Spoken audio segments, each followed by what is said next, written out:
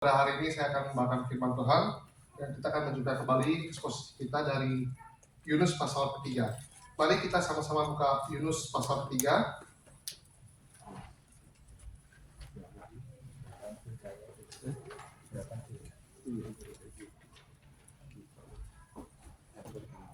Yunus pasal 3 kita akan baca secara bergantian. Judul perikopnya pertobatan Niniwe. Datanglah firman Tuhan kepada Yunus untuk kedua kalinya demikian. Bangunlah, pergilah ke Niniwe, kota yang besar itu, dan sampaikanlah kepadanya seruan yang kufirmankan kepadamu. Bersiaplah Yunus, lalu pergi ke Niniwe sesuai dengan firman Allah. Niniwe adalah sebuah kota yang mengagumkan besarnya, 3 hari perjalanan luasnya. Mulai Yunus masuk ke dalam kota itu sehari perjalanan jauhnya, lalu berseru, 40 hari lagi ini, maka Niniwe akan dikembalikan. Orang Niniwe percaya kepada Allah, lalu mereka mengumumkan puasa, dan mereka, baik orang dewasa maupun anak-anak, mengenakan kain kabung. Setelah sampai kabarnya kepada Raja kota Niniwe, turunlah ia dari singgasananya, ditanggalkan jubahnya, diselusuhkannya kain kabung, lalu dibuat ia dari api. Lalu atas perintah raja dan para pembesarnya, orang memaklumkan dan mengatakan di Niniwe demikian, manusia dan ternak, lembu, sapi, dan kambing domba tidak boleh makan apa-apa, tidak boleh makan rumput, dan tidak boleh minum air. Haruslah semuanya, manusia dan ternak, tersuruh kain kabung dan berseru banyak keras kepada Allah, serta haruslah masing-masing berbahagia dari tangan-tangannya dan dari kebebasannya dan mengadakannya. Siapa tahu, mungkin Allah akan berbalik dan menyesal, serta berpaling dari murkanya yang bernyala-nyala itu sehingga kita tidak binasa. Sama-sama, ketika Allah melihat perbuatan mereka itu, yakni bagaimana mereka berpaling dari tingkah laku yang jahat, maka menyesallah Allah karena malapetaka yang telah dirancangkan terhadap mereka, dan Ia pun tidak jadi melakukannya. Mari kita berdoa bersama-sama.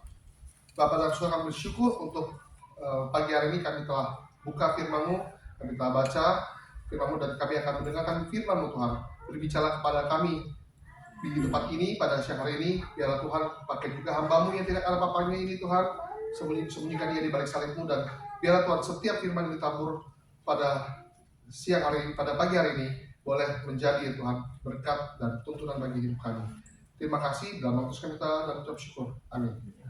Baik Bapak Ibu sekalian, kita akan melanjutkan kembali eksposisi kita dari kitab Yunus 3.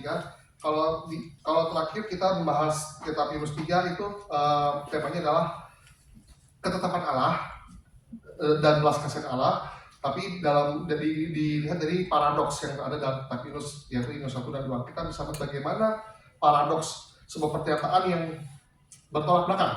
Ya, bagaimana misalnya pelaut yang digambarkan seharusnya orang kafir, tapi justru yang berlaku sebagai orang beriman adalah para pelaut. Sedangkan yang harusnya orang beriman, yaitu Yunus, tapi berlaku seperti orang kafir, orang yang tidak mengenal Allah, yang lari dari Allah. Kita bisa lihat bagaimana Yunus itu ternyata begitu penuh dari kelemahan, ya Bapak Ibu sekalian. Bahkan kita di sini juga akan berlanjut, dan memang di kitab Yunus ini penuh dengan paradoksnya. Tapi hari ini kita akan membahas tema mengenai bagaimana Yunus ya yang seolah-olah taat menjadi panggilan Tuhan. Tapi apakah Yunus benar taat? Oh ya, saya kembali waktu di pasal kedua kita bahas Yunus seolah-olah bertobat ya. Kalau sebenarnya itu nyanyi doa ucapan syukur. Tapi kita mungkin itu pertobatan ya, itu kan dibuktikan terjadinya. Seolah-olah Yunus bertobat ya. Padahal kalau kita pelajari kata-kata apakah Yunus sedang bertobat di situ menunjukkan pertobatannya? Tidak. Dia menunjukkan bahwa apa? Dia merasa dia lebih baik daripada para pelaut, orang-orang yang nggak kenal Tuhan. Tapi faktanya padahal justru yang seperti orang nggak kenal Tuhan siapa? Yunus ya. Dan bahkan Yunus yang dia enggan untuk menjadi panggilan Tuhan, dia melakukan segala cara. Ya, yang pertama dia lari ke Tarsis yang seharusnya dia ke Niniwe. Kemudian dia berkata, udah lemparkan aku ke laut. Ya, dia tahu dia nggak bisa kabur dari Tuhan ya. Lemparkan ke laut, maksudnya apa? Supaya apa? Yunus berharap apa? Lempar ke laut pasti apa? Mati ya. Dan mungkin Yunus berkata bahwa oke, saya pokoknya nggak mau ke Niniwe untuk alasan apapun. Jadi cara untuk lari dari panggilan Allah ini adalah dengan mati ya. Tapi ternyata Yunus menceburkan apa minta diceburkan, para pelaut nggak mau, akhirnya karena laut semakin deras, ya udahlah akhirnya diceburkan ya, dan akhirnya disitulah para pelaut akhirnya bertobat menjadi percaya pada Tuhan, mempersembahkan korban ya. Kita melihat justru Yunus yang berharap diceburkan ke laut pasti mati. Kalau zaman sekarang pasti mati ya Bapak Ibu Saudara sekalian ya. Kalau kita kecemplung di laut ya, di tengah laut ya, kalau nggak ada pelampung aja ya, mau sejago-jagonya berenang pasti mati. Apalagi kalau laut lagi bergelora ya, lagi badai, pasti mati ya. Tapi puji Tuhan Yunus tidak mati. Kenapa? Karena Tuhan mengutus ikan besar untuk menelan Yunus, dan itu yang justru menyelamatkan Yunus ya. Dan di dalam ikan dia akhirnya seolah bertobat, padahal sebenarnya tidak bertobat sebenarnya, masih ada aja ya. Oke, baik, dan di pasal kedua ditutup dengan lalu ikan atas perintah Tuhan, penentuan Tuhan bahwa Yunus keluar dari mulut ikan itu ya, dan dilanjutkan dengan pasal ketiga yang bagaimana Yunus yang kita baca barusan, dimulai dengan Yunus mendapatkan perintah lagi dari Tuhan untuk ke Niniwe.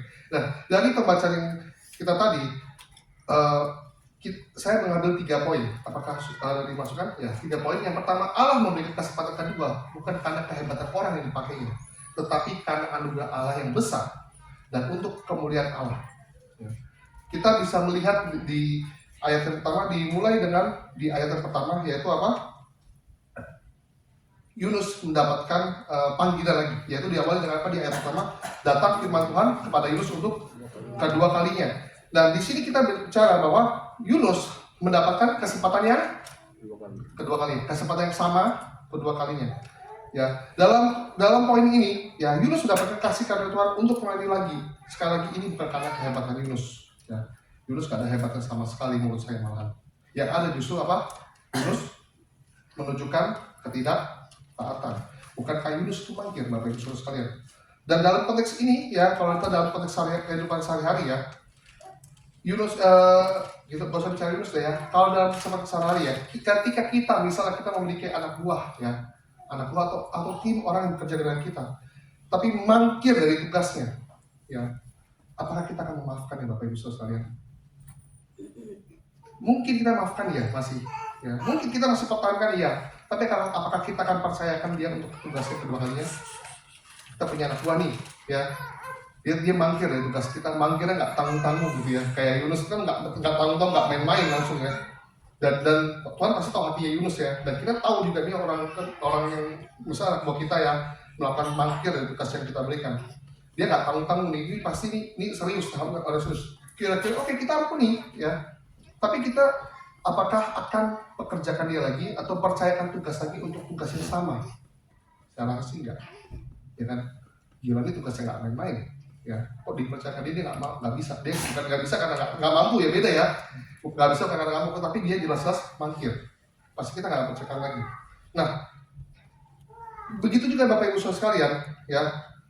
Kalau kita lihat dari kacamata manusia, ya, itu nggak ada alasan yang tepat sebenarnya untuk Yunus mendapatkan tugas yang sama. Nggak ada yang tepat loh. Ya. Dan tentu kalau kita memberikan kesempatan sampai pada orang yang sama, yaitu hanya orang bodoh yang tetap mempertahankan orang itu, benar nggak sih? Atau mungkin kita kelewat sayang kepada orang itu, ya, kelewat sayang, saking sayangnya udah nggak peduli sampai ada istilahnya love is blind, ya, cinta itu buta. Ya, coba deh misalnya deh, ya, yang masih di sini yang masih kasmaran gitu ya, yang masih pacaran misalnya, ketika pacaran telat datang, masih nggak apa-apa ya, terus-terusan ya nggak apa-apa juga deh gitu ya. Tapi kalau misalnya terus-terusan ya, yang sudah menikah misalnya nih ya, yang sudah pernah, kira kalau pasangannya terlambat gimana? Itu beda cerita. Kenapa? Karena sudah dilakukan terus-menerus ya kan ya. Sudah ada sabaran, sudah ada batasnya, dan masa bulan madu sudah lewat ya. Sudah terbuka semuanya gitu ya, sudah terbuka apa adanya ya. Nah, tentu dalam hal ini ya hanya orang bodoh saja yang misalnya kalau kita lihat yang mau memakai Yunus kembali. Tentu saya Tuhan tidak bodoh sama sekali. Tuhan itu jauh tempatnya, kita tidak ada apa-apanya ya. Tapi kenapa Tuhan mempercayakan tugasnya sama kepada Yunus? Dan hal ini kenapa Yunus tetap dipakai? Ya, ini adalah sebuah karena kasih karunia Tuhan, anugerah semata. Ya, dan itu adalah hikmat Tuhan. Ya, kadang-kadang kita sering kali melihat bahwa kita nggak adil. Kenapa orang-orang seperti ini yang dipakai? Karena kita kalau menghadapi situasi ini mungkin kita bisa berkata seperti itu ya. Kalau Tuhan kasih karunia besar sekali ke dia, kenapa dia seperti itu masih dipakai, masih dipercayakan? Mungkin kita akan berpikiran seperti itu ya. Nah, mungkin juga ya dalam konteks ini, dalam konteks pelayanan ada hamba Tuhan yang mungkin pernah yang gagal menjalankan tugasnya karena memang motivasinya nggak benar, bukan karena ketidakmampuan. Sekali lagi ya, kalau ketidakmampuan kita masih bisa memaklumi. Kadang aja kadang ketidakmampuan jadi kita nggak bisa terima ya. Tapi bagaimana jika ada hamba Tuhan atau teman pelayan kita yang dia bukan karena nggak mampu, tapi karena dia sedang sengaja untuk memiliki motivasi pelayanan yang tidak tulus atau tidak benar atau mengambil keuntungan yang besar dari pelayanan. Karena bahkan kita sampai jarang kita merasa lebih baik dari dia. Tapi kenapa dia yang dipakai, bukan saya? Kenapa nggak orang lain yang dipakai? Kenapa dia yang dipakai? Mungkin kita akan mengalami seperti pernah mengalami masa-masa seperti itu, ya. Tapi bahkan kita melihat ada buah pelayanan dari pelayanan orang tersebut, ada buah pelayanan. Waduh, gila nih orang nih udah kayak gini, masih aja ada buahnya ya. Tapi Tuhan kok pakai kok? Karena kita percaya buah itu yang menumbuhkan adalah Tuhan ya. Buah itu bukan hasil kerja keras orang itu adalah kerja keras Tuhan. Tapi kenapa Tuhan masih memakai dia? Orang tersebut yang mangkir, yang motivasi tidak benar, ya. Dan tentu pasti kalau kita lihat buahnya itu yang Tuhan tumbuhkan, gak jarang hati kita juga panas lihatnya, benar gak sih? Kenapa ya? Seperti itu ya. Nah kalau kita berpikir seperti demikian, ya, bukankah secara langsung kita sudah menyetir Tuhan? Kita sudah mengatur Tuhan dalam pikiran kita, dalam hati kita, menurut standar kita. Karena menurut standar kita, kalau bisa ya, no excuse, ya, zero tolerance kalau menurut kita. Bukankah kita seperti itu? Tapi kita bersyukur Tuhan kita bukanlah Tuhan yang seperti kita bayangkan ya. Kita menerapkan standar zero tolerance. Benar ya Bapak Ibu sekalian? Untung Tuhan. Kalau enggak, kita sudah habis Bapak Ibu sekalian. Kenapa kita sudah habis? Ya karena kita juga adalah orang-orang tersebut. Benar kan ya? Nah, dalam konteks Yunus ya, kita lihat mungkin kasih karunia Tuhan saja. Kasih karunia Tuhan mungkin hanya berhenti di kesempatan kedua saja. Ya, tapi maksudnya ini udah dari kesempatan terakhir ya, kesempatan kedua nih yang datang firman Tuhan untuk pergi ke Niniwe lagi. Ya, itu mungkin kita ada kesempatan kedua yang terakhir. Biasa kan kita gitu ya, oke udah saya kasih kamu kesempatan. Tapi ini apa untuk terakhir kalinya. Tapi kita kan lihat apakah kesempatan Tuhan ini berhenti di kesempatan kedua saja. Ya. Dan kita sepakat bahwa Yunus bisa dipakai lagi, itu karena anugerah Tuhan. Benar ya? Begitu juga dengan kita masih diberikan kesempatan lagi untuk kita melayani Tuhan, untuk kita hidup menjalani pimpinan Tuhan, itu karena anugerah Tuhan juga. Ya, ingat kalau kita pakai standar kita sudah pasti kita tidak selamat. Ya. Nah, kita lihat bagaimana nanti Yunus ya, betapa tadi saya berikan tanda kutip ya, busuknya hati Yunus. Ya, kita akan belajar lagi ya. Saya juga ketika saya membaca ini saya pikir-pikir kepala. Ya untuk hal ini kok seperti ini ya Yunus ya. Oke, pertama kalau kita refleksikan, bukankah Yunus itu seringkali Yunus itu ya yang mangkir dari panggilan Tuhan, bukankah itu juga menggambarkan kita yang seringkali mangkir dari pimpinan Tuhan? Apakah kita jamin hidup kita lebih baik dari Yunus? Bapak sekalian. Ya. Bukankah kalau kita selidiki hati kita yang paling kenal diri kita sendiri, bukankah kita pernah juga pasti mangkir dari Tuhan? Bahkan bukan pernah, sering atau always, hampir. Ya nggak sih? Mungkin ya. Bukankah juga ya terkadang kebencian atau motivasi kita dalam melayani Tuhan, dalam menjalani pimpinan Tuhan itu sering tidak murni dan itu menguasai kita. Ya. Tetapi kalau bukankah Allah selalu beranugerah kepada kita? Biar Allah memberikan kesempatan kepada kita dan sehingga kita tetap dipimpin oleh Dia dan kita menjadi berkat oleh orang lain. Padahal faktanya ya kita tahu sendiri dan mungkin orang terdekat kita yang tahu kita tuh sebenarnya ya udahlah ya kita bisa merefleksikan ya. Tanya deh kalau misalnya saya kalau di rumah Bapak Ibu Saudara sekalian ya sama istri saya tuh aduh ya. Pasti Bapak Ibu juga pasti mengalami ya, baru pernikahan tuh benar-benar sebagai satu sarana anugerah Tuhan untuk kita benar-benar diperhalus, ditunjukkan siapa diri kita sebenarnya. Kenapa? Karena di pernikahan kita kelihatan semua aslinya kita, bagaimana Tuhan ya memakai pasangan kita untuk membentuk kita, menunjukkan nih loh kita ya. Dan kadang-kadang nggak jarang juga pernikahan itu membuat kita sampai harus seperti kayak bergumul ya. Tapi ya itulah ya, Tuhan, anugerah Tuhan yang Tuhan berikan pada kita untuk mengetahui siapa diri kita ya, sehingga walaupun kita ya penuh dengan kelemahan, kita bisa menjadi berkat oleh orang lain, itu karena anugerah Tuhan, bukan karena kehebatan kita sama sekali ya. Dan mungkin kita akan bertanya, kenapa Yunus tidak mau menjalani panggilan ini?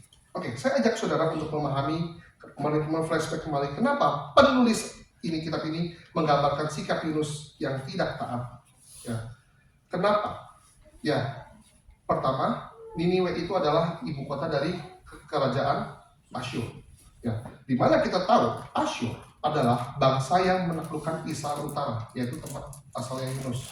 Kalau Israel Selatan atau Yehuda ditaklukkan oleh Babel, sedangkan Babel itu ada banyak kerajaan ya, tapi yang khususnya Kasdim, bangsa Kasdim. Ya, tetapi kalau untuk Israel Utara itu adalah Asyur atau Assyria, ya, Assyria. Nah, dalam hal ini tentu ya juga pasti ini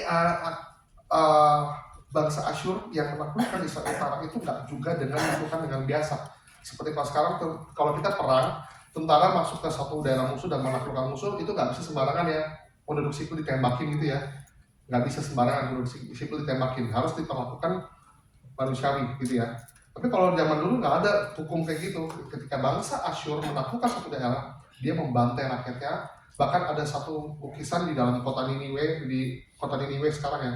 Kota Niniwe sekarang tuh berada di kota Mosul. Mosul itu di Irak ya. Itu kota Mosul itu dulu itu dia adalah kota Niniwe zaman dulu ya. Sekarang kota Mosul, dan puji Tuhan ya, sebenarnya kota Mosul itu kota yang paling banyak orang Kristennya di Irak.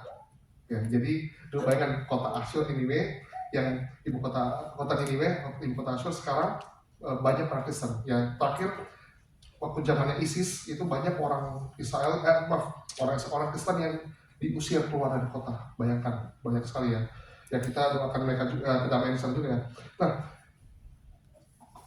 tentu ini ada sebuah sentimen dari Yunus ya, bagaimana bangsa ini pernah melakukan. Oke, mungkin kita bertanya, Nabi Yunus historis yang ada di Alkitab itu digambarkan sebagai nabi yang juga nabi yang kurang dan berprestasi. Kenapa? Karena dicatat dalam 2 Raja-Raja 14:25, yaitu pada masa Yerobeam bin Yoas.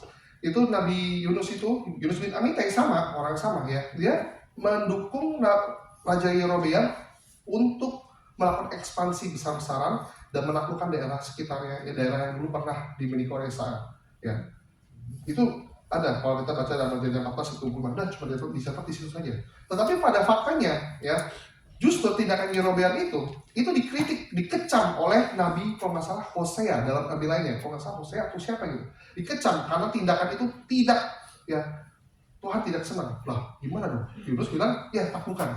Tapi yang nabi yang lain kalau nggak salah Hosea ya, kalau nanti mungkin bisa cari yang bantu saya ya, itu berkata itu tidak apa, dan mengecam Raja Yerobeam ya, itu tidak Tuhan tidak senang. Nah, saya percaya maksudnya gini, kebanyakan ya nabi di saya percaya maksudnya gini, kebanyakan raja Israel Utara itu adalah raja yang jahat ya, dan tentu pasti setiap nabi yang datang kepada raja di Israel Utara pasti datang bukan pujian, tapi apa? Kecaman ya, pasti kecaman ya. Saya percaya dalam hal ini Yunus ya dia tidak, maaf, dianggap kurang ya. Tapi kenapa Yunus yang dipakai? Ya mungkin inilah yang penulis kitab ini ingin sampaikan pada kita. Yaitu apa? Kenapa? Walaupun masa hidup Yunus itu sebelum penaklukan Asyur ya, tapi kitab Yunus itu ditulis ya, kemungkinan itu pada masa setelah kejatuhan. Nabi Yunus kalau nggak salah tahun 630-an sebelum Masehi gitu ya. Tapi kitab Yunus ditulis itu tahun 700-an Masehi. Sebelum Masehi ya. Itu setelah kejatuhan. Ya pokoknya intinya gitu, setelah kejatuhan bangsa Israel Utara kepada Asyur ya. Nah ini penulis ingin memasukkan pesan kepada pembacanya, yaitu Israel Utara ya, bahwa oke, Ya betul, ya Yunus memang mungkin dia pernah berprestasi, tetapi coba kalau kita dihadapkan seperti Yunus, ya kondisi kita harus menginjili bangsa yang pernah menjajah kita, yang menghancurkan kita, membantai kita. Apakah itu mudah, Bapak Ibu Saudara? Mungkin kita, mungkin pembaca yang pada saat itu akan berpikir, oh iya, kita simpati. Ya. Mungkin kita juga di sini kita juga bisa refleksi apa? Ya mungkin kok mungkin kita lihat ada orang-orang kita yang melayani sama-sama Tuhan kok menyebalkan sekali ya. Tapi kita nggak tahu mungkin pergumulan di dalam hatinya. Bagaimana dia bergumul juga pas melakukan dosa itu di dalam dirinya di hadapan Tuhan. Kita nggak tahu Bapak Ibu Saudara sekalian ya. Ya jadi untuk itu biarlah kita hati kita dipenuhi kasih ketika kita melihat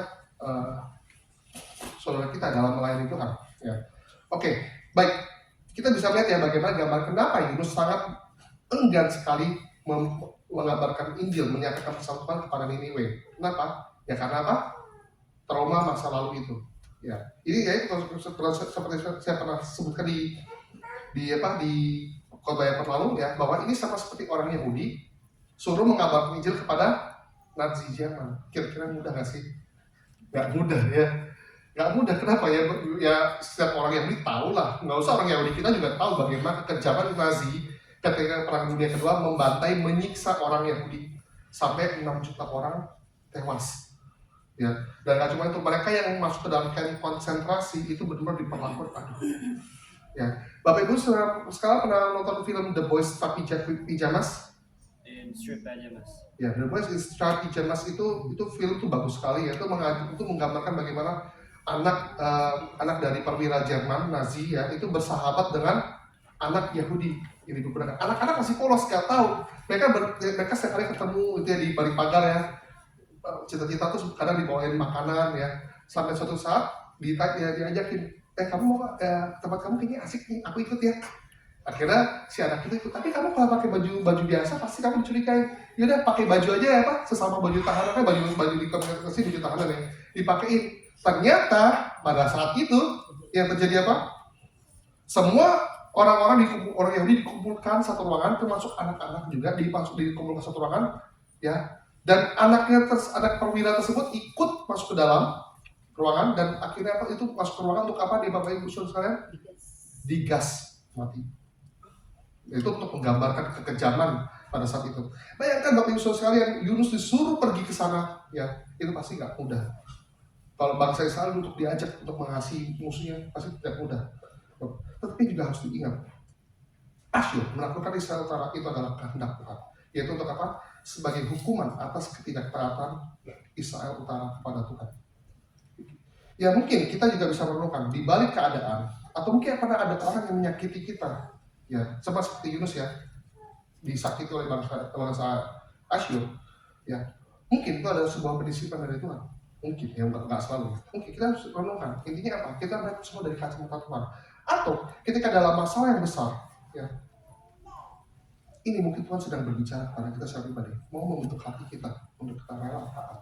Bukankah penderitaan yang ditanggung oleh Yesus Kristus itu jauh lebih besar daripada penderitaan yang kita tanggung? Yang mungkin itu juga karena kesalahan kita sendiri. Ya. Jika kita refleksikan juga, kesempatan kedua ini juga ini adalah sebuah anugerah Tuhan yang mungkin nggak akan didapat oleh semua orang. Ya. Ingat, ini juga kita nggak bisa pulang. Yunus dapat kesempatan kedua, ketiga, keempat, kelima. Kalau gitu saya juga bisa. Belum tentu Bapak Ibu sekalian. Masih ingat dengan ketika Elia ketika waktu dia begitu powerfulnya, dia membasmi Nabi Baal, dia memenangkan perlombaan dengan Nabi Baal untuk menurunkan api. Dan sehabis itu Tuhan yang menang, ya. Menurunkan hujan ya. Dengan apa? Bakar mesbah dulu gitu ya. Dan akhirnya Elia memparang semuanya, membantai semua Nabi Baal, ya. Tapi habis itu Isabel marah, ya. Ratu Isabel marah dan akhirnya mau membunuh Elia. Apa yang Elia lakukan? Elia apa? Lari dan juga dia di situ digambarkan Elia begitu seperti depresi, dia berkata apa sama Tuhan? Tuhan, ambil aja nyawaku Tuhan. Kenapa? Aku udah capek istilahnya. Ya, hanya aku aja di Israel Utara ini yang setia kepada Engkau. Elia merasa sendiri, ya. Komplain kepada Tuhan ya. Lalu Tuhan mengerti. Mungkin Tuhan mengerti betapa lelahnya hati Elia ya.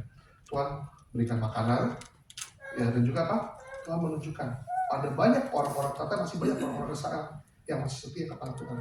Kamu nggak sendiri yang lihat. Banyak loh orang. Kamu merasa kamu sendiri. Kamu merasa single fighter. No. Jangan kamu main victim. Ini masih banyak orang lain. Oke, sekarang saya beri kamu tugas terakhir. Tugas yaitu apa? Bangkit urapi Elisa. Dan kita mencatat sejak itu kepemimpinan kepowerfulan Elia seolah berpindah kepada Elisa. Tuhan nggak pakai Elia lagi yang seperti hebat di masa lalu. Ya, apakah sama dengan Yunus kesempatan kedua? Enggak. Yunus Elia nggak dapat kesempatan kedua. Buat saudara sekalian. Begitu juga dengan kita. Makanya kita kerjakan dengan gentar setiap kesempatan yang Tuhan berikan. Karena kita nggak tahu apakah ini kesempatan anak Tuhan akan memberikan kesempatan yang lain, kita nggak tahu. Dan ketika kita sudah mendapatkan kesempatan kedua, itu semua untuk kemuliaan Allah. Baik, sekarang kita akan masuk ke dalam poin kedua, yaitu Allah memakai siapapun terlepas dari motivasi yang tidak benar sekalipun. Itu cuma untuk apa? Kemuliaannya. Pertama, poin kedua, ya pada akhirnya Yunus mencatat ayat berikutnya bahwa Yunus pada akhirnya bangkit dan berkhotbah di Niniwe. Itu hal yang baik ya. Sekilas gak ada yang salah ya. Yunus taat, dia pergi segera bangkit dan pergi ke Niniwe. Ya, dan seolah-olah taat, tapi saya akan mau mengajak Bapak Ibu Saudara bahwa ini sebenarnya ada kata-kata yang palsu. Kenapa saya berani berkata demikian? Mari kita belajar sama-sama. Ya, pertama, untuk mengetahui bagaimana liciknya hati Yunus, ya, seperti di gambar penulis. Pertama kita lihat dari ayat kedua, yaitu di mana Tuhan memerintahkan Yunus untuk menyampaikan firman seperti apa yang disampaikan kepadanya, dan direspon dengan Yunus apa? Bersiap dan pergi. Oke, jadi nggak ada yang salah ya, betul ya? Nggak ada yang salah ya, bersiap dan pergi. Taat ya. Oke, tapi kita lihat di ayat berikutnya. Niniwe itu digambarkan kota yang apa? Luasnya 3 hari perjalanan. Nah, tapi di ayat berikutnya kita lihat apa? Yunus baru masuk 1 hari perjalanan sudah apa? Berkhotbah. Ya, ada yang aneh. Ya. Kenapa? Kalau sehari perjalanan, padahal seharusnya 3 hari, berarti apakah Yunus sudah sampai di pusat kota untuk berkhotbah? Belum. Ya, bisa jadi baru sepertiga perjalanan. Jangan kata lain, posisi Yunus ketika berkhotbah kemungkinan besar di pinggir kota, bukan di tengah kota. Padahal kalau dibandingkan dengan di pinggiran, kira-kira lebih efektif yang mana? Pesan disampaikan di pinggiran atau di pusat kota? Pusat kota, untuk kenapa? Pusat kota tempat pusat semua orang berkumpul, ya, tempat di mana orang semua bisa mengakses dengan mudah, ya, untuk datang, ya kan? Makanya itu dia kenapa kita bersyukur ya gereja kita ini di JLC didirikan di Sudirman, di tengah yang pusat kota yang strategis. Jadi setiap orang bisa dengan mudah menjangkaunya. Coba didirikannya di daerah Pluit. Kira-kira gimana? Yang dari selatan, dari Sentul jauh ya Pak Jody ya? Jauh pasti ke Sentul, ke Pluit ya. Terus yang dari Bekasi jauh. Yang dari Tangerang apalagi? Ya. Tapi kalau di Sudirman di tengah-tengah kota Jakarta, dari manapun lebih gampang. Ya. Selain itu juga raja biasanya bertahta di pusat kota, bukan di pinggiran kota, ya, bukan di luar kota, tapi bukan dipindah ya Pak, di luar pulau ya, bukan di luar pulau, tapi di pusat kota, ya.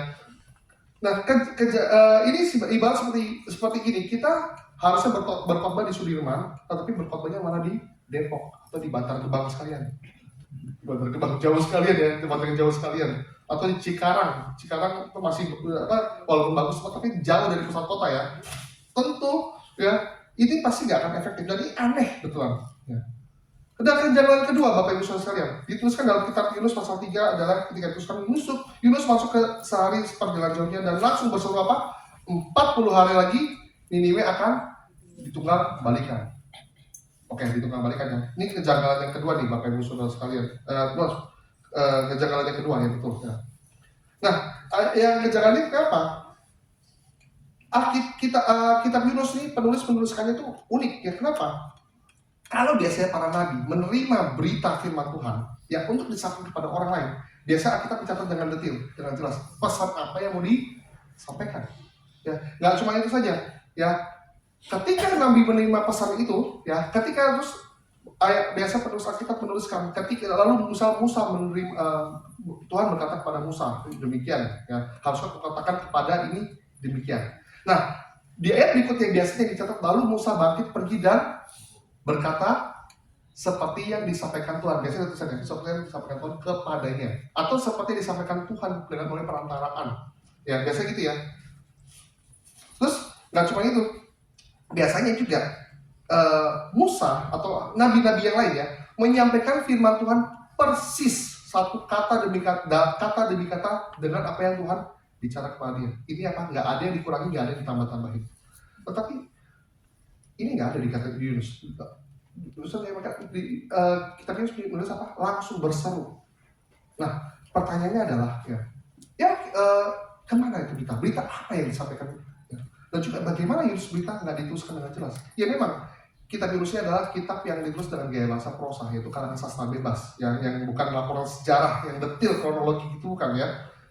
Tetapi paling tidak ya Yunus paling berseru, paling harus disampaikan. Yunus dituliskan Yunus berseru kepada orang Niniwe seperti yang Tuhan sampaikan kepadanya, tapi enggak. Yunus langsung apa? Berseru. Jadi apa? Seolah-olah ada apa? Bagian dari firman Tuhan yang digunting sama Yunus seolah-olah. Benar nggak? Soalnya digunting kayak apa?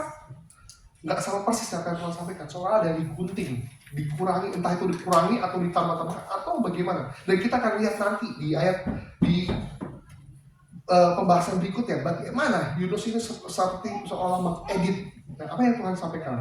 Nah, Yunus hanya berkhotbah 5 kata saja kalau dalam bahasa Ibrani. Ya, kalau dalam bahasa Indonesia terjemahan baru mengatakan apa? Kata-kata yang apa? Disampaikan Tuhan kepada Niniwe apa? 40 hari lagi apa? Kota Niniwe akan ditunggang balikan. Sekilas gak ada yang salah tentang hal itu. Gak ada yang salah. Kalau dalam bahasa Inggris juga kita ESV mengatakan yet 40 days and Nineveh shall be overthrown. Nah, dalam bahasa Inggris dituliskan apa? Overthrown. Overthrown yang Bapak Ibu terbalik. Ya. Kalau di terjemahan baru ditunggang balikan. Tunggang balikan seolah kayak diacak-acak gitu ya. Tapi kalau dalam bahasa Inggris overthrown berarti apa? Terbalik biasa. Nggak perlu diacak-acak. Ya. Dan kalau dalam bahasa aslinya kata overthrown itu ditunggang balikan itu ditulis dengan kata hafak. Nah di sini yang menarik Bapak Ibu sekalian ya. Kita lihat bagaimana tadi kan poin kedua saya sampaikan seolah berita firman Tuhan ada yang digunting sama Yunus ya, digunting. Nah, bagaimana Yunus memainkan kata-kata, memainkan diksi. Nah ini uniknya ya. Kata hafak kalau dalam bahasa Ibrani itu menggambarkan untuk mendeskripsikan kata to destroy atau dihancurkan atau juga bisa dibalik. Misalnya dalam kitab apa gitu ya. Dikatakan bangsa Efraim itu seperti roti dipanggang, tapi tidak dihafak. Dipanggang nih, kata dimana tidak dihafak, berarti tidak apa? Dibalik. Ya. Atau juga bisa kata dalam bagian lagi kita dikata untuk menghancurkan, to destroy, dihancurkan. Tapi kata hafak juga bisa dipakai untuk apa? To transform, to change, to transform. Berarti apa? Diubah. Berarti kata hafak yang dipakai di sini adalah kata yang bermakna bisa positif, bisa juga negatif, tergantung dari pemakaiannya. Tetapi kalaupun dari kata itu yang dipakai, kita bisa ini derajat kata yang dipakai itu sebenarnya nggak parah-parah banget. Oh, ini akan dibalik seperti biasa aja. Dibalik kan bisa macam-macam, bisa jadi positif, bisa jadi negatif. Nah, kita lihat, padahal seharusnya kata-kata yang biasa dipakai di Alkitab untuk menggambarkan penghakiman Tuhan itu bukan kata hafaz, itu nggak pernah dipakai. Kata yang dipakai untuk penghakiman Tuhan dalam bahasa Ibrani itu dipakai dengan kata abad. Kata abad itu berarti apa? To perish atau apa? Binasa. Harusnya biasanya nabi-nabi berkata seperti itu, to perish atau abad. Tapi Yunus nggak berkata itu. Ya, sehingga kita bisa lihat keanehan ini, ya, bahwa Yunus yang harusnya menggunakan kata abad untuk menghakimi orang ini, tapi berganti kata apa? Yang harusnya kata binasa diganti kata apa? Terbalik. Ya, atau mungkin to transform, lebih parah lagi. Ya, melihat ketiga upaya di atas. Ya, pertama Yunus berkhotbah di pinggir kota, bukan di pusat kota.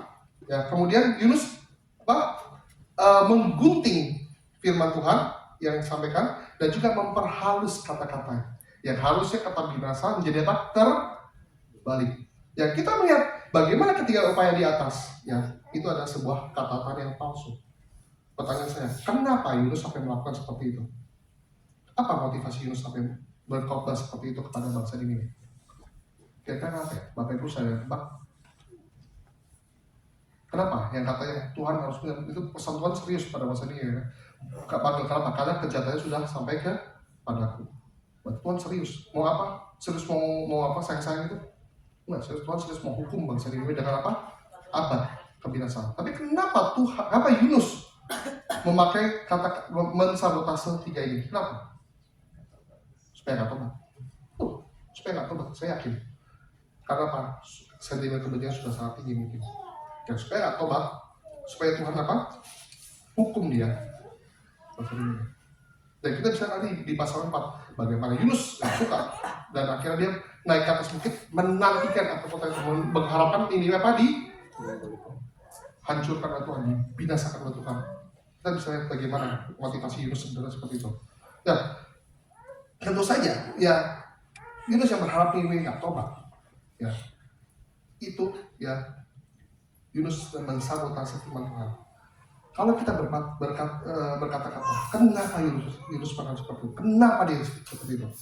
Saya mengajak kita bersama-sama berefleksi. Bukankah Yunus ini gambaran Israel, bangsa Israel, dan juga itu adalah gambaran kita sendiri, Bapak Ibu Saudara.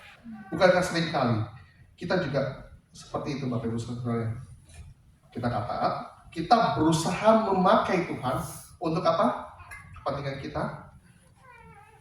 Kita menyetir Tuhan harus dengan sesuai mau kita, orang lain rugi, bodoh amat. Bukan kita seperti itu, Bapak Ibu Saudara, katakan seperti itu. Ya. Dan juga, ya mungkin kita saya nggak seperti Yunus kok segala macam. Iya betul, kita mungkin nggak seperti Yunus. Atau mungkin kita nggak bermaksud ya Bapak Ibu Saudara seperti Yunus menghancurkan orang. Tetapi mungkin kita pernah mengalami situasi seperti ini. Ketika kita melihat ada saudara seiman kita melakukan dosa di mata Tuhan. Sebagai orang yang peka, sebagai orang Kristen yang diberikan kuasa juga sama Tuhan, harusnya kita melakukan apa? Menegur dosa itu. Ya, menyatakan kamu berdosa, itu dosa, nggak boleh begitu. Tapi seringkali karena kita nggak enak, ya kita secara langsung menjerumuskan saudara kita dengan berkata apa? Kamu salah. Bukankah seharusnya kita mungkin pernah menghadapi seperti itu? Kita harus menegur orang yang berdosa, tapi kita mengatakan kamu dosa, tapi mengatakan apa? Kamu salah. Kata dosa dan salah berbeda ya Bapak Ibu Saudara ya. Sama-sama yang lakukan sama-sama salah gitu ya. Cuma kalau salah itu bisa juga apa? Kalau salah berarti apa? Ya perbaiki. Ya kalau dosa harus apa? Bertobat. Tapi kan lebih enak kalau misalnya kita sampaikan pada orang lain, kira-kira lebih enak kalau kita ya, itu lebih enak bilang apa? Kamu salah atau kamu dosa? Salah. Saya yakin banget kita pasti gampang dibilang kita berdosa. Oh marah pasti kita. Dosa apa? Malah kita mendapatkan itu. Jarum di mata orang lain kelihatan. Balok di matamu nggak kelihatan. Pasti kita merasa begitu ya. Itu kalau Pak, ini ada yang salah nih Pak. Gini. Oh iya. Salah. Ya kan enak ya kan, bener nggak? Tapi bukankah kita mungkin nggak mau seperti Yunus, tapi kita memperhalus isi hati Tuhan. Ya, bukankah kita juga sering melakukan itu Bapak Ibu Saudara? Atau lebih parah lagi, kita yang berbuat dosa, tetapi malah kita merasionalisasi dosa itu, mewajarkan dosa itu hanyalah sebuah kesalahan biasa. Ya Tuhan maklumlah hatiku. Padahal seharusnya kita bertobat. Ya mungkin kita seperti ini Bapak Ibu Saudara. Bukankah kalau kita posisi seperti itu kita nggak jauh beda dengan Yunus? Ya, di sini ya. Atau juga mungkin hati kita penuh dengan dendam. Ya, dan kita menyatakan, kita disakiti orang, kita dendam, saya nggak suka. Dan kita berharap apa? Tuhan nyatakan keadilan-Mu. Ya kan? Sering kita mikir seperti itu kan? Biar Tuhan yang balas. Bukankah justru kita memakai Tuhan untuk apa? Keinginan kita. Padahal Kristus yang dia tidak salah tapi dijadikan bersalah. Dia apa? Berdoa untuk orang yang menganiaya dia. Nah, melihat Yunus dan orang-orang lain yang seperti itu, melihat kita juga yang seperti itu. Pertanyaannya, kenapa Tuhan masih memakai orang ini? Nah, poin kedua, Allah memakai siapapun terlepas dari ini. Kenapa Tuhan masih memakai? Itu anugerah Tuhan semata. bukan karena kehebatan. Gak ada yang pantas untuk dipertahankan, untuk dikatakan dia layak memakai. Enggak, itu anugerah Tuhan. Poin ketiga, kehendak Allah pasti terjadi dalam situasi dan keadaan yang tidak mungkin dan tidak ada yang dapat menggagalkannya. Disinilah menariknya. Yunus yang berusaha mensabotase firman Tuhan, apakah berhasil Bapak Ibu Saudara sekalian? Tidak. Faktanya apa? Tujuan Yunus menyampaikan berita itu tadi ya, di pinggir kota, berkhotbahnya, kata-kata digunting dan diperhalus bahasanya, tujuan supaya bangsa Niniwe tidak bertobat. Faktanya apa? Bangsa Niniwe apa? Bertobat. Lucu ya? Lucu ya, bangsa Niniwe bertobat. Padahal ya kita sebelumnya gini, saya sampaikan ya, ini mengenai Nabi ya. Kemarin di kelas yang 3 cohort kita berdebat yang cukup alot ya, mengenai apa? Nubuatan ya. Ya kan, bener gak? Padahal ini salah kaprah nih Bapak Ibu sekalian ya. Saya bantu kita pelajaran sedikit ya. Kita pikir bahwa orang punya karunia Nabi adalah karunia bisa bernubuat. Nubuat itu meramal apa yang akan terjadi ya. Padahal fakta itu bukan begitu Bapak Ibu sekalian. Nabi itu bukan peramal, boy. Ya, Nabi itu dan juga nubuatan itu bukan ramalan juga, bukan. Ya, kenapa? Ya karena faktanya nggak semua nubuatan dari Nabi itu berisi dengan ramalan atau yang akan terjadi di masa depan, nggak semuanya. Justru kebanyakan nubuatan dari Nabi itu apa? Berisi apa? Penghakiman, kecaman, disebut Tuhan. Itu yang harusnya dipikirkan ya. Nabi ini juga adalah wakil Allah kepada manusia. Ya dalam arti apa? Wakil Allah menyampaikan isi hati Tuhan, baik dalam khotbah ya kepada orang ramai atau kepada orang personal. Dan isinya kebanyakan apa? Kecaman. Baru kecaman, di tengah kecaman itu kayak Allah menjanjikan apa? Restorasi atau menjanjikan apa? Baru di situ. Nah itu yang salah tafsirkan orang zaman sekarang ini apa? Mikir apa? Nubuat itu apa? Adalah apa? Akan terjadi. Tuhan berbicara pada saya hari ini, gitu ya. Itu yang kadang-kadang kita harus lupa. Jadi sebenarnya gini, kita bernubuat sama sini boleh nggak sekarang? Ya boleh, tapi dengan apa? Mengkhotbahkan isi firman Tuhan, bukan apa berbicara yang akan datang. Seharusnya itu yang benar ya. Jadi karunia Nabi, betul karunia Nabi memang nggak ada, tapi suara kenabian itu tetap ada. Ya tetap ketika hamba Tuhan, ya ketika atau kita orang Kristen yang sungguh-sungguh lahir baru, Tuhan gerakan untuk menegur kesalahan orang lain, itu sudah menjalankan suara kenabian. Ya, bukan seperti apa menubuatkan itu yang kamu akan jadi apa, makin sukses ya. Bukan seperti itu Bapak Ibu sekalian. Nah, kita Nabi, ya Yunus yang ada Nabi Tuhan, ketika berbicara ini media mewakili Allah. Nah, harusnya itu direspon dengan skeptis orang Niniwe. Harusnya. Kenapa? Lu siapa Yunus? Lu siapa sih ngomong? Dari mana? Oh Israel. Oh itu negara kecil itu ya, yang tanda kita mau taklukkan itu ya. Harusnya gitu ya. Terus udah gitu, kamu mewakili siapa? Nabi harus mewakili Tuhan ya. Dewa siapa nih? Kita percaya dewa ini gitu ya. Yahweh. Siapa Yahweh? Oh itu. Nggak kenal gitu ya. Terus oke, kamu apa? 40 hari. Oke, waktu jelas ya 40 hari kita akan mengembalikan gitu ya. Dengan apa? Nggak tahu. Apakah dihancurkan dengan apa? Meteor seperti di Sodom dan Gomora, atau ditaklukkan seperti Babel? Malam itu juga ditaklukkan ya sama Persia. Ada yang tahu ya.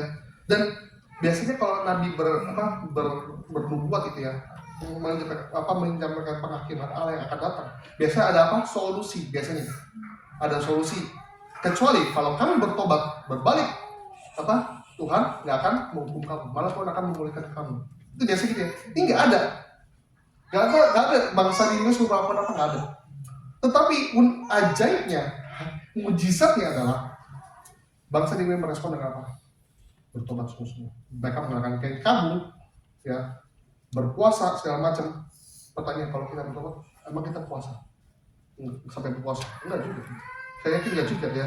Maka ini menunjukkan pertobatan yang sungguh-sungguh ya Bapak Ibu Saudara. Yaitu apa? Ketika bisa kita ditegur, nggak ada pembenaran dah. Berharap belas kasihan Tuhan saja. Udah. Dan unik kerennya lagi itu kan di pinggir kota ya. Saya yakin yang bertobat pasti di pinggir kota dulu ya. Kabar ini sampai menyebar ke seluruh kota. Bahkan kepada siapa? Raja. Bisa dibayangkan Bapak Ibu Saudara sekalian ya. Misalnya di Bantar Gebang ya, terjadi KKN sana, didengar sampai presiden. Ya, itu orang Bantar Gebang. Mau kita percaya orang Bantar Gebang?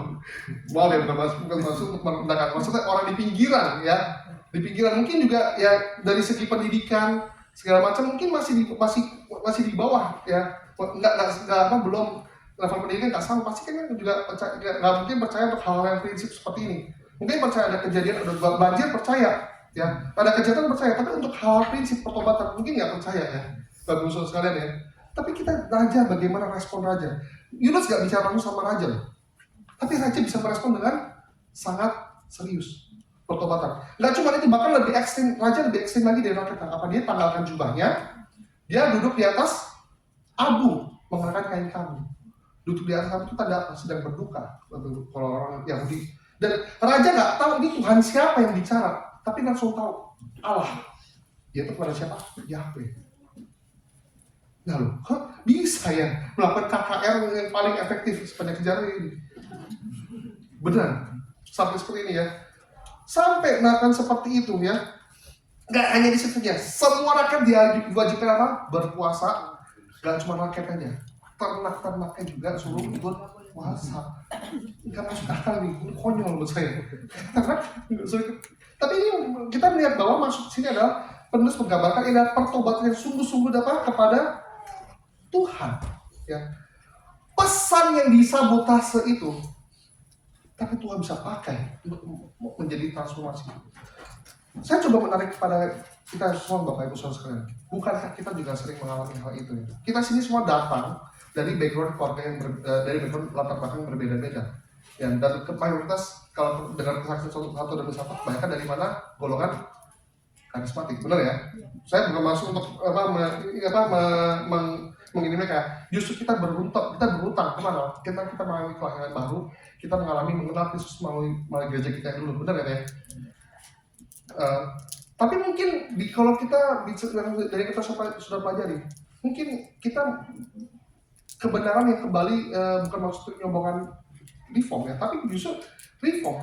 Kita di reform kita belajar bagaimana kita mengerti kehendak Tuhan, apa yang benar-benar Alkitab katakan secara alkitabiah, yang secara benar, bukan apa yang ngawur segala macam, betul ya? Itu semua anugerah Tuhan Bapak Ibu Saudara. Bisa dibayangkan kita dapatkan benih yang misalnya ya benih yang mungkin seperti Yunus sampaikan kepada bangsa Israel, benih yang nggak utuh, ya benih yang mungkin yang nggak sejati, gitu ya. Saya katakan itu bukan firman Tuhan, enggak. Tetapi Tuhan, Bapak bayang di sini Tuhan yang pimpin kita, ya, untuk akhirnya kita bisa mengenal kebenaran, kita belajar mengenal kebenaran dengan sungguh-sungguh, sampai kita membuat kita pertobatan sungguh-sungguh. Berapa banyak Bapak Ibu sekalian di antara kita yang mengalami seperti itu? Di sini kita sampai saat ini kita akan berkata bahwa itu semua anugerah Tuhan. Kita bisa mengenal Tuhan dengan benar, kita mengenal doktrin yang benar, kita mengenal ajaran yang benar. Itu semua anugerah Tuhan, bukan hal ini juga seperti gambaran pada bangsa ini, menerima firman yang nggak utuh, firman yang penuh dengan distorsi, tapi Tuhan bisa membawa kepada pertobatan yang sejati. Ya. Nah, ini Bapak Ibu Saudara sekalian ya, mungkin saya yakin hamba Tuhan yang dulu mengajarkan kita nggak maksud seperti Yunus, se-ekstrem Yunus ya. Dia juga keterbatasan dia, kita percaya dengan keterbatasan dia, ya. Atau dia mungkin punya keuntungan untuk meraih peluang dari jemaat yang banyak, ya kan, dari pelayan ini ada banyak orang-orang seperti itu. Ya. Tapi Tuhan pilih orang-orang tertentu yang walaupun menerima benihnya nggak utuh, tapi bisa Tuhan murnikan hatinya. Itu semua karena anugerah Tuhan Bapak Ibu Saudara sekalian. Kita bisa bertumbuh imannya secara dewasa dan kita bisa jadi berkat bagi orang lain. Ya. Sehingga Bapak Ibu Saudara sekalian, ya, kita bisa melihat bagaimana kehendak Allah pasti terjadi. Nggak ada yang bisa menggagalkannya. Walaupun orang-orang seperti itu. Dan hasilnya adalah Allah menyesal dan menyuruhkan niatnya untuk apa? Menghukum Niniwe. Karena apa? Melihat pertobatan yang sejati sungguh-sungguh. Bahkan Tuhan Yesus saja berkata apa? Kalau dalam akhir zaman Niniwe akan bangkit apa? Menghakimi angkatan ini. Kenapa? Mereka bertobat. Lagi lu pada kagak bertobat, bisa gitu ya. Kasarnya gitu. Benar-benar kita lihat bagaimana mereka bertobat. Ya iman yang sangat besar loh Bapak Ibu Saudara sekalian. Ya. Makanya justru ketika kita melihat pertobatan itu, wah, itu adalah karya terus kerja Roh Kudus. Kenapa? Saya yakin pesan yang mungkin yang banyak dari kita, bertobat itu bukan karena pesan yang menohok keras. Justru yang ada pesan yang menohok keras itu benar-benar menyakiti hati kita. Kita benar Bapak Ibu sekalian. Tapi justru kita bertobat karena hal kecil. Benar kan ya? Berapa banyak dari kita bertobat, kita bersungguh-sungguh karena hal kecil. Itu bukan karena si hamba Tuhan yang menyampaikan, tapi karena apa? Kerja Roh Kudus yang menyadarkan hati kita. Ya, mari kita bersyukur bersama-sama Bapak Ibu sekalian, ya, dan menunjukkan bagaimana beri Injil sekecil apapun, ya, dan bekerja. Itu adalah kesamaan. Ingatlah seperti penjahat di sebelah kanan Tuhan Yesus, yang pada awalnya dia mengolok-olok Tuhan Yesus, tapi pada akhirnya di detik-detik terakhir sebelum dia meninggal, dia berkata apa? Yesus, ingatlah akan aku. Dan saat itu juga kesamaan terjadi. Ya. Di sini kita juga belajar usaha Yunus untuk menyabotase pesan Tuhan kepada Niniwe, ya, justru gagal. Malah Yunus yang disabotase. Ya.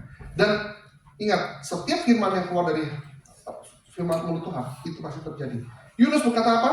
Niniwe akan apa?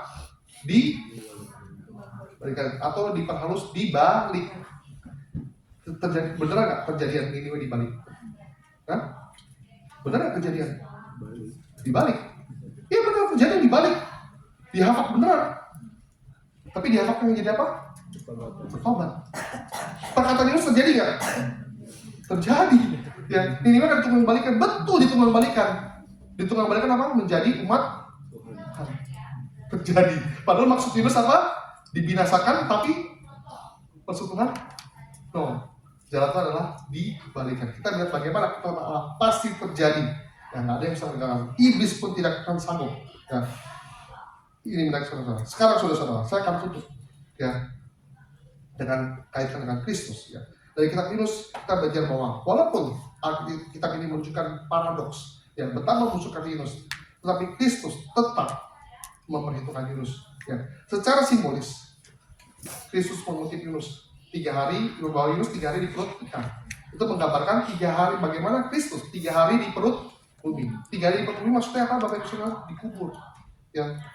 Bisa dibayangkan Bapak Ibu sekalian, kalau seperti ini kita pasti nggak akan seperti Yunus. Tapi Kristus, ya, dia tetap memperhitungkan Yunus. Bahwa dia memakai simbol itu untuk apa? Menggambarkan anak manusia, ya, dikubur di perut bumi. Ya. Dan faktanya, bukankah Yunus 3 hari di perut ikan itu adalah konsekuensi ketidaktaatan dia? Yang which is itu ternyata adalah sebuah keselamatan dari Tuhan. Kita bayangkan kalau nggak ada ikan, mati tuh Yunus. Ya. Mati itu pasti. Ya. Tapi faktanya Kristus 3 hari di perut bumi. Apakah karena ketidaktaatan Yesus? Tidak. Karena ketidaktaatan siapa Bapak Ibu Saudara? Kita. Ya. Dan justru karena 3 hari di perut bumi itu, kita boleh diselamatkan. Karena apa? Karena Kristus bangkit pada hari yang ketiga. Kita boleh diselamatkan. Dan juga kita bersyukur, kita orang Kristen seringkali berperilaku seperti Yunus yang mendapatkan kesempatan, tapi Kristus masih mau pakai kita. Ya. Kristus gak ingatkan lagi dosa kita. Ya. Adakah kita selama ini kita merasa gak layak melayani Tuhan? Tidak, anugerah Tuhan. Ya. Bukan karena kehebatan kita, bukan karena kuat kita, sehingga kita dilayakkan kembali. Ya. Dan sekali lagi, ini untuk apa? Kemuliaan Tuhan. Saya masih ingat khotbah Pak Reza minggu lalu bahwa semua pelayanan itu untuk apa? Kemuliaan Tuhan. Ya. Dan saudara, Kristus seluruh dunia menjalankan karya keselamatan begitu besar untuk saudara dan saya. Gak ada yang satupun yang dapat menghentikannya. Ya. Iblis sekalipun yang jauh lebih powerful daripada manusia juga gak bisa. Iblis mencobai Kristus di padang gurun dan Kristus berhasil memenangkan cobaan itu. Orang bilang ya iyalah dia Tuhan, ya kan? Tapi padahal pada saat itu Tuhan dia benar-benar menanggalkan ya semua privilege yang dia punya. Ya dia mengambil rupa manusia, dia mau tunduk pada kehendak Allah. Dia rela dicobai, ya, untuk apa? Memberikan harapan kepada kita, ya, supaya kita, ya, mendapatkan ketaatan aktif dan ketaatan pasif dari Yesus Kristus. Ya, Kristus taat kepada Tuhan dan kita diperhitungkan juga taat, Bapak Ibu sekalian. Bukan karena kita sudah melakukan itu, enggak, tapi karena Kristus sudah melakukannya. Itu karena Kristus sudah, kamu juga diwakilkan, ya, oleh Kristus. Dan kita lihat iblis yang berusaha mencoba mencegah karya Kristus, yaitu dengan pencobaan. Ya. Dan kita mencatat iblis undur diri, menunggu waktu yang tepat kembali untuk pencobaan Yesus. Kapan itu terjadi Bapak Ibu sekalian? Iblis kembali mencoba Yesus. Bukan di Taman Getsemani. Ya. Kan iblis berkata mundur dari di padang gurun, mundur kan. Nah, iblis datang lagi mencobai Yesus kan kalau digambarkan di film Passion of the Christ di Taman Getsemani kan ya. Itu sebenarnya nggak ada dasar kitabnya ya, namanya juga film ya. Tapi kapan ketika Kristus iblis datang untuk mencobai Yesus kembali? Petrus. Ya, ketika melalui mulut Petrus. Ketika Kristus mengatakan berkali-kali mengatakan bahwa anak manusia akan apa? Naik di atas kayu salib. Yesus naik. Guru, sekali-kali itu tidak akan terjadi. Lalu apa yang Yesus katakan? Hai iblis, nyahlah kamu. Kamu hanya memikirkan apa yang dipikirkan manusia, bukan dipikirkan Allah. Waduh, bayangkan Petrus loh, orang kepercayaannya. Ya orang kepercayaannya. Kayak ini juga saya tunjukkan Petrus nggak ada hebat-hebat sama sekali, tapi kapan bisa dipilih menjadi pemimpin para rasul ya. Bahkan Petrus punya, Tuhan tahu nggak? Yesus tahu nggak? Petrus akan menyangkap. Tahu ya. Tapi kenapa dipilih? Ya itu bukan karena hebatnya Petrus sama sekali ya. Tapi baru Petrus loh, bayangkan ya, yang kayak gitu. Tapi kaget loh, kok nggak boleh begini ya. Tapi nggak berhasil. Di sini kita bahwa bahkan pemerintah sekalipun, orang-orang mereka mau menyalibkan Yesus, mau membunuh Yesus, mereka berpikir mereka menang. No. Ya. God is the victory. Christ is the victory. Yesus melalui kematian yang orang itu kegagalan. Justru Kristus menang, Bapak Ibu sekalian. Menang atas dosa-dosa. Menang mengalahkan kuasa maut. Menjadi pengharapan buat kita semua. Dan Kristus, karena kasihnya yang begitu besar, dia rela mengorbankan naik atas kayu salib. Ya, kenapa? Dia mengasihi saudara saya. Yang tak lain adalah seperti orang Niniwe itu sendiri, dan juga terlebih kita juga itu Yunus itu sendiri. Yesus mati untuk kita, ya. Dan rencana yang nggak bisa dihentikan. Begitu juga bagi kita saudara sekalian. Tuhan punya rencana pimpinan bagi kita semua. Gak ada yang bisa menghentikan ini. Ya. Pertanyaan sekarang saudara, maukah kita rela hati dipakai oleh Tuhan? Mengakui kelemahan kita, walaupun kita lemah begitu dosa besar. Tapi menunjukkan itu Kristus begitu besar. Terakhir Bapak Ibu sekalian, saya akan menutup dengan sebuah kesaksian, sebuah ilustrasi atau kesaksian yang ternyata tahun lalu kita dikagetkan dengan seorang hamba Tuhan besar yang jatuh ke dalam dosa perzinahan. Lalu tiap besar, saya pernah duduk di sebelah beliau untuk sebuah kehormatan besar ya, mendengar penceramaan beliau. Sangat diberkati Tuhan.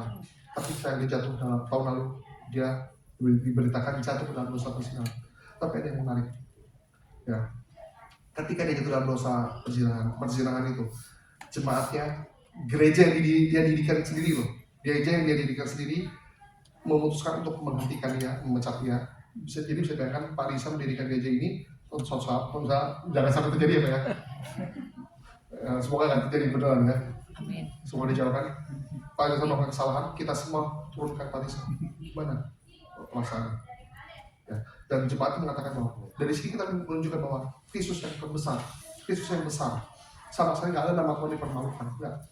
Dan minggu lalu atau 2 minggu lalu, ya hamba Tuhan tersebut akhirnya dia baru buka suara. Dia mengakui semua kesalahannya, dia minta maaf kepada istrinya, kepada semua jemaat dan semua orang yang pernah mendengar khotbahnya dia. Terlebih dia minta ampun kepada Tuhan. Dia mencoba pertobatan terus dan dia rela digembalakan untuk apapun. Dia rela semuanya. Nah, di sini bukan kami menunjukkan Tuhan Kristus begitu besar, kita begitu kecil Bapak Ibu sekalian. Maukah kita rela hati dipakai Tuhan? Maukah kita rela hati ketika Tuhan menegur kita dengan rela hati dan lembut hati kita bertobat di hadapan Tuhan. Mari kita berdoa. Saya minta dengan hormat Bapak Risa untuk boleh tutup dalam doa. Mari kita berdoa. Kami sekali lagi datang ya Bapak, kami bersyukur, berterima kasih untuk kebenaran firman yang kami sudah dengar, yang kembali mengingatkan kami akan betapa besar kasih Tuhan kepada kami orang-orang yang berdosa, orang-orang yang sangat tidak layak. Bahkan kami sebenarnya pun tidak layak untuk menerima kemurahan dan anugerah Tuhan. Karena itu semua pemberian ini hanyalah sebuah anugerah karena kami sebagai penerima sama sekali tidak layak sebenarnya untuk mendapatkannya. Kami bersyukur untuk kebenaran firman-Mu yang kembali mengingatkan kami kembali kekayaan akan setiap kisah yang ada di dalam Alkitab yang kembali berpusat kepada Allah, kepada Kristus sendiri juga yang mengingatkan akan kedaulatan Tuhan yang melebihi segalanya, kedaulatan Allah termasuk anugerah Allah yang begitu besar bagi kami. Bersyukur juga untuk hamba-Mu Pak Alwin yang sudah Tuhan pakai menyampaikan kebenaran firman Tuhan ini. Tuhan terus memakai, Tuhan terus memberkati di dalam pelayanannya, di dalam keluarga, dalam pekerjaannya, supaya terus boleh menjadi berkat bagi banyak orang. Kami bersyukur, kami berterima kasih, hanya di dalam nama Tuhan Yesus kami berdoa. Amin. Ya.